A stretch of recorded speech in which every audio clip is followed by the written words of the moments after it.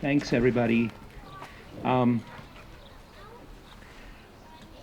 had all of my remarks all prepared and written down, and I had decided that I really had to stick to my remarks, because if I don't, I'll go on and on and on, and the moon will be up there, and there will be a few people sleeping and the rest gone home. But when I was listening to you, I wanted to say something back to each person who was speaking. And Marian and I really, really liked what we did. We liked it a great deal. We really enjoyed the children.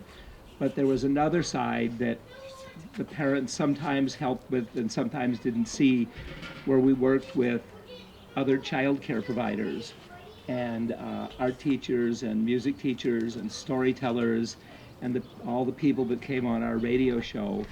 They were just great. The guy who wrote the book that replaced Benjamin Spock's Baby and Child Care was here, and I was down in the basement getting things ready to interview him. When I came upstairs, he was reading stories. He had all the children there, and he was reading stories to the kids.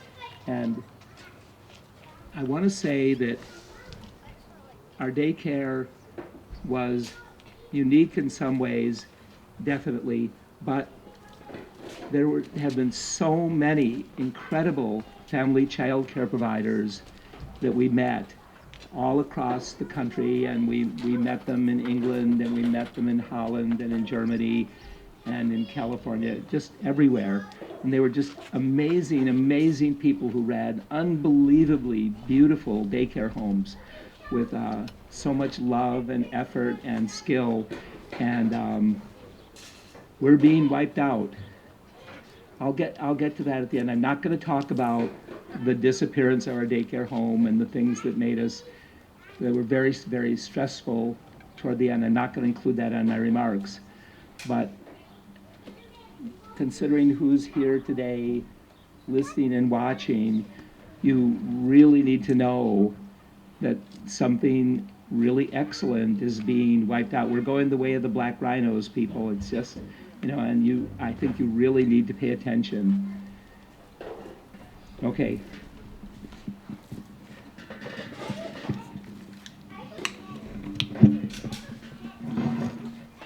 I'm okay, thanks. I will only speak for about 12 minutes. I've written down all of my remarks. Those of you who have heard me speak before may feel a sigh of relief. I vow to stick to my prepared remarks. I've already broken that vow. Some of you will be surprised by what I have to say. All of you know some piece of Marian's story, but no one of us knows it all. That is why we come together. For the important and untold details about our daycare came to close and stay closed, please see copies of a letter to our attorney from 2016, written by Marian herself and edited by me. I will not discuss this in Marian's eulogy. I will give you permission to leave in the middle, to go do childcare, go in the house and watch more videos or slides, or get a drink or a snack. We've been sitting here for a long time. If you need to do your thing, please do. Ever since Marian was a little girl, she wanted to be a family child care provider. Not just any child care provider, but a leader of adventures. As a young child, and that reminds me, Marian said that she, I know. Marian said that she wanted to work with children and not with adults. And I qualified perfectly. As a young child, she led the other children into the woods, over the quicksand, and up many trees. Actually, they sometimes would stand in the quicksand because that was more exciting. Marian and I both grew up very close to huge wild forests with streams and many animals. We both thought that was a normal childhood and a great childhood. When Marian first came to live in the city, she thought it smelled bad. Yep. When I first met her as a young woman, she would go on walkabout, leaving without warning and walking for 2 or 3 days, and then suddenly reappear without a word. Her dream job, working with children, not adults, did not appear to be an available profession, so she applied to the Minneapolis Public Library. They turned her down because she admitted to a slight heart murmur. They thought she would be too delicate to be a librarian. So next, she applied to the U.S. Post Office and became a letter carrier. She loved being a letter carrier. The supervisor at Loring Station always sent Marian out whenever a fellow carrier had trouble with a dog. This special ability to deal with grouchy creatures later served her well as a child care provider. She was considering quitting the post office because they were making her do more paperwork and less walking when she heard that a wife of a colleague of mine at the U of M was doing child care at home. Here at last was Marian's dream career, and just in time, she applied for a daycare license and was accepted. Right from the start, her clients were incredibly diverse. Her first child was Muslim, her second was a Jew. The Jewish child, who has since converted to Muslim, which we thought was pretty awesome, flew in from Spain to visit just 2 sad days after she died. The third child, Anyanya, was named after North African freedom fighters who were opposing European colonialism. So she had a Muslim, a Jew, and a child named to honor terrorists. A good start. And it went on from there. Our wonderfully diverse clients soon followed, a chiropractor and the director of pediatric medicine at Children's Hospital, the Democratic candidate for U.S. Senate, along with the chairwoman of the Minnesota Republican Party. Neutral territory, people, neutral territory. The Minnesota Entrepreneur of the Year, as elected by the Minnesota Chamber of Commerce, and the doctor who, as far as we knew, founded Minnesota's first HMO and was labeled as what was labeled as socialist by that very same chamber. Gordon, did I have that story right? Close enough, good enough, okay. And Gordon made sure that me and Marian had health care. We paid $22 a month. Think about that for a while. We had the amazing mom who was helping settle Hmong refugees from Laos alongside the dad who was a high officer in the South Vietnamese army and was partially responsible for all the Laotian refugees. Marian counted in feminist authors and the vice president of NOW, and their children became best friends here at daycare. We were so proud of the first girl child to successfully sue Minnesota under Title IX for equal opportunity in school-based sports. That was soccer. We were near the U of M, so that was well represented. Professors of architecture, pediatric medicine, photography, geology, education, art, child psychology, and others. Also the vice president of the U and the dean of students who loved to tell us that the daycare children were so much more mature than his kids at the U. We said, well, of course they are. Somewhere in there I tried to get a daycare license too. I hated the open, easy misogyny at the U, and I liked working with kids. I applied for my license 3 times, always turned down. Minnesota does not issue daycare licenses to men. Finally, we got a male licensing worker who had taken classes from me at University High. And he said he would give me a license. He thought I was crazy, but he said he would do it. Child care regulators have tried to take it back ever since. Marian and I loved doing child care. It was difficult, controversial, cutting edge, and useful.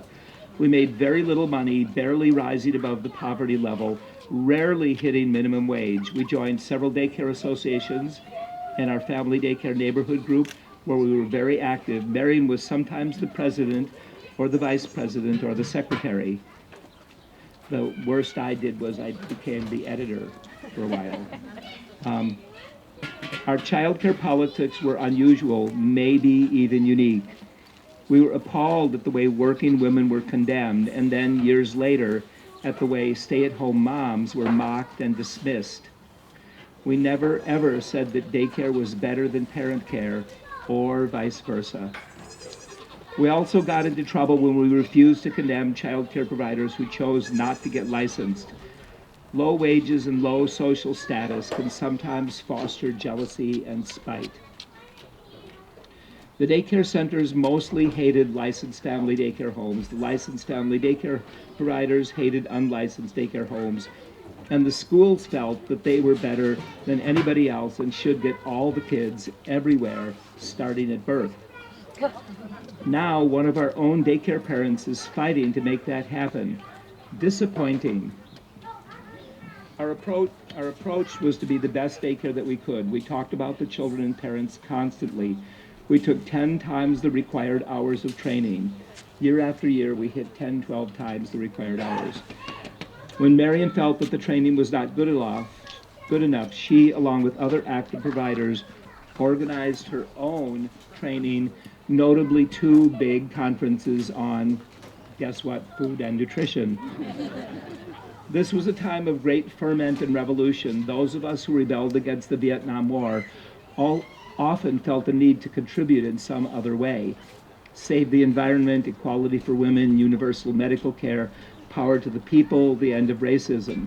I do not know if our generation was as different as we thought we were, but we were proud of doing good more than doing well. Marian attracted clients who were outstanding for their community accomplishments. We cared for the children and grandchildren of the Daytons, Rockefellers, Onans, and Hunts, not to mention the children of the Mossers, the Barbatzes, the Pitzlicks, the Batimbas, and the Schregos, the McGeeans and the Olsons, the Havilands and the Smiths and the Jones.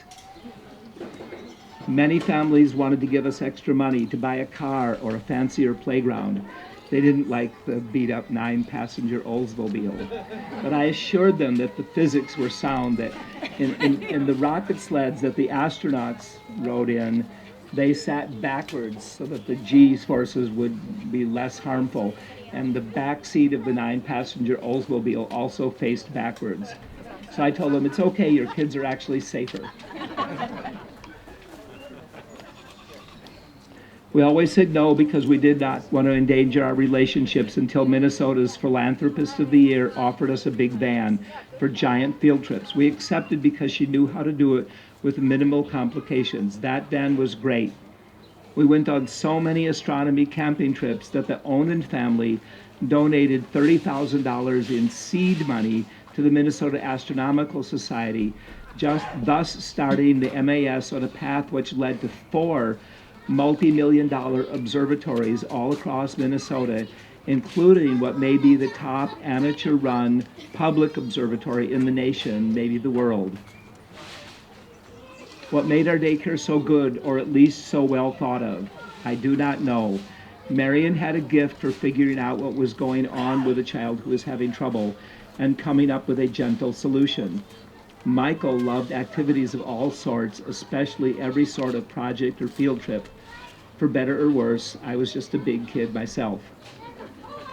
Not to pander to the audience, but I feel our biggest advantage was our great daycare parents who wanted the best for their children and were wonderful and generous, helping each other and us. Michael loved that, we had the most accomplished and smartest people in Minnesota sharing that same goal, make M&M childcare great. It was almost inevitable. One of my little secret joys was seeing the smartest and most accomplished people in Minnesota repeatedly outsmarted by a 2-year-old. Schadenfreude. You know, they were outsmarting us just as often, so you really don't need to feel bad. The children who came here and benefited from our ideas and from all the great families, they are our legacy. I really wanted kids of my own. Marian knew from the beginning that she was content and proud to have the daycare children and never needed biological offspring. You were definitely always, from the beginning, before she knew you, she knew that you were going to be her kids.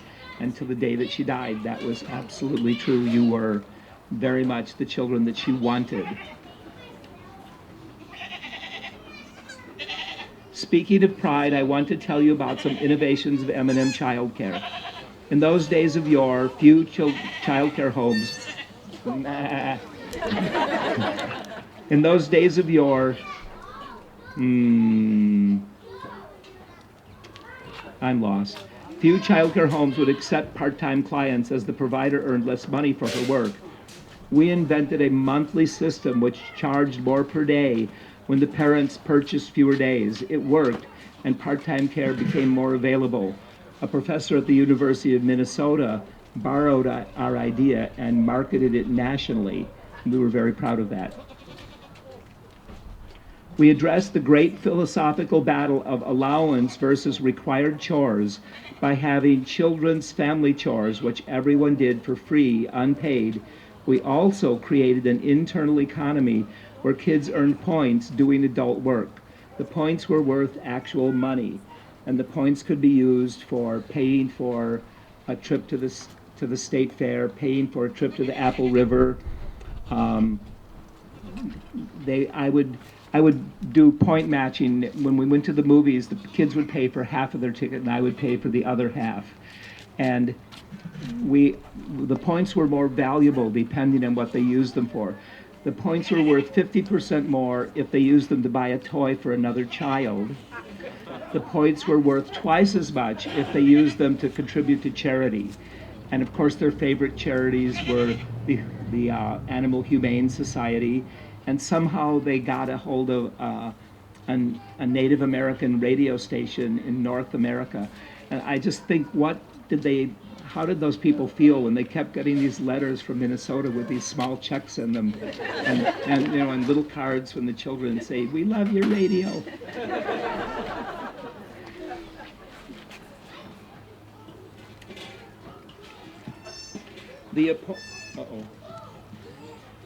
The amazing point system was never for good behavior or about being manipulated by the adults. It was for making choices about when to work and what jobs to do, having a work ethic, learning how to save and spend. Erin earned more points than anybody, and she had so much trouble spending them. We wanted the kids to learn how to save, and Erin really learned it. And then we wanted her to learn how to spend. The kids loved it, and they were actually valuable as helpers. The children knew that we needed them, and they needed us. So their sense of being valuable and powerful was enormous. It was very much against the philosophy, the philosophy of regulators to make the children important. But we always fought against that, and we thought that they should be important, and it had to be really important, not standing up and giving a very nice address to your class at school, which was a great thing to do, but wasn't necessary to anybody. It was pushing the baby who was colicky and had a sore butt or a bubble in their tummy, pushing that baby back and forth in the swing, or running that baby around in their stroller, around and around and around all over the daycare until the baby felt better. Then the children knew that what they were doing was important, not to the adults, but actually important. Two of our touchstone principles was that everyone wants to be loved and lovable, and that punishment seldom works well. Humans get angry and give out punishments mostly when they feel stuck, helpless, or worried, and do not know what else to do. Life hint: adults also wish to be loved and lovable, and punishment does not work much better on adults than it does on children. We did punish children, often making them sit on the bottom step, or the kids from the analog daycare, Prospect Park, sat on the bottom step. The kids from the digital daycare, they sat by the back door where they could see out. We had a special door put in with a huge window so that the children who were in the punishment zone could see out the door and see the backyard. Um,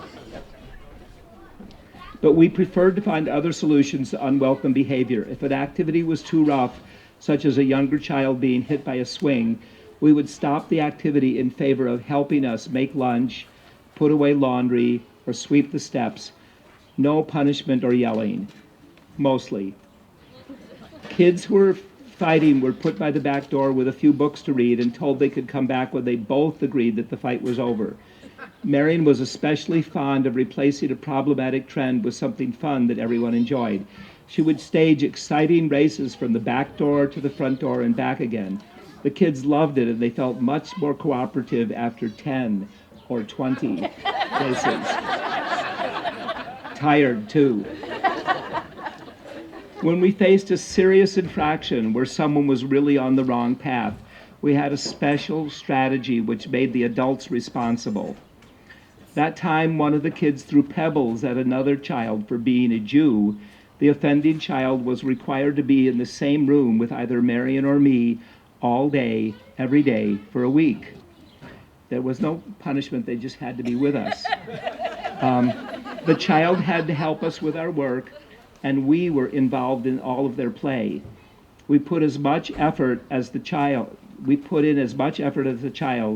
and the child was constantly under our protection. We never had a bad behavior recur which was given this treatment. The lesson is that if you want to help a child, you need to put in your own time and effort. If you want to read more of our ideas, especially Marian's ideas about child-adult communities, I suggest you read Marian's book, 45 Years in Child Care. I wish she were here signing copies in the lobby. I ask you to wake up now, stretch, shake. Uh-oh, I'm going to fall down and best ever. Okay. This next part was very important to Marian, and she was working on it until the day she died. I am speaking advocacy for child care providers and the children and families we serve. Marian hired or became partners with the first man to be licensed to do daycare in Minnesota. I'm pretty sure that we were the first licensed child care to serve lesbian families. We got a lot of static for it, a fair number of evil phone calls and hate mail, some death threats. I was terrified by the death threats, and I was very proud of them too.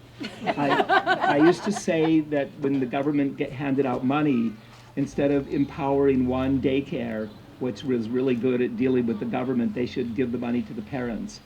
And people actually brought guns to child care meetings where I would advocate that position. We had Minnesota's first child care partnership. First child care home to pay for workers' comp insurance to cover her employees. Boasted first girl child to successfully sue Minnesota under Title IX, thank you, Kathleen, Title IX for equality of opportunity in school-based sports. First child care provider with much help from the parents to stop cold the Minneapolis zoning inspector who was forcing child care homes to kick out hundreds of school-aged children. All the other daycare homes said yes, kicked the kids out. They got to Marian and she said no. The providers who worked with Congress and